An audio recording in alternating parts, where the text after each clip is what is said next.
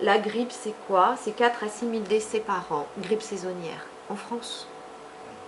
Qui est-ce qui meurt principalement? Ah oui, je suis désolée, c'est un peu petit. Qui est-ce qui meurt principalement? Ce sont les personnes âgées et les enfants. Parce que les enfants, ils ont un système immunitaire qui fonctionne moins bien. Et donc, ils sont moins bien armés que les personnes plus âgées. D'accord? Qu'est-ce qui se passe quand on a un phénomène de grippe? Eh bien, on a des décès.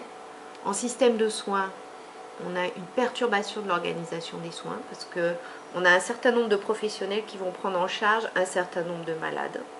Si les malades sont beaucoup plus malades que d'habitude, ils vont avoir besoin de beaucoup plus de soins. Si on a des professionnels également qui sont malades, et si on ne peut pas les remplacer, ces professionnels, ça va être beaucoup plus difficile pour ces professionnels qui risquent d'être en nombre moins important, de s'occuper de ces malades qui sont encore plus malades.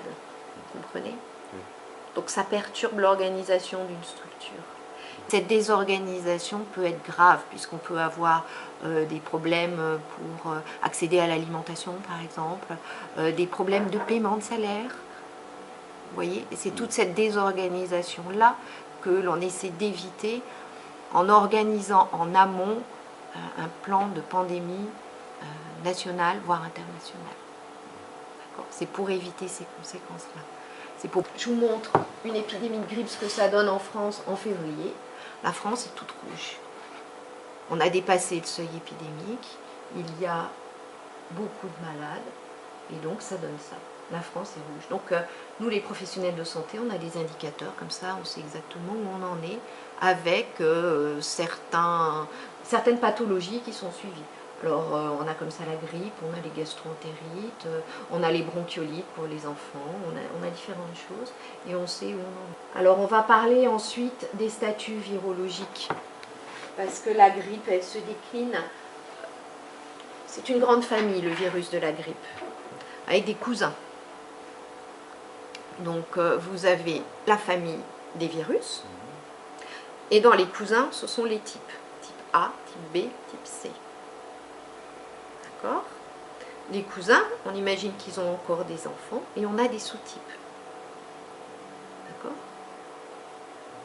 Dans les types A, les types B, les types C, la virulence n'est pas la même, la gravité de la maladie n'est pas la même. Donc dans le type A, par exemple, c'est un virus qui va être pandémique, c'est-à-dire il va se transmettre très facilement. Le type B est épidémique. Donc là, par exemple, en 2012-2013, on a eu des virus de type A et des virus de type B qui ont circulé en même temps.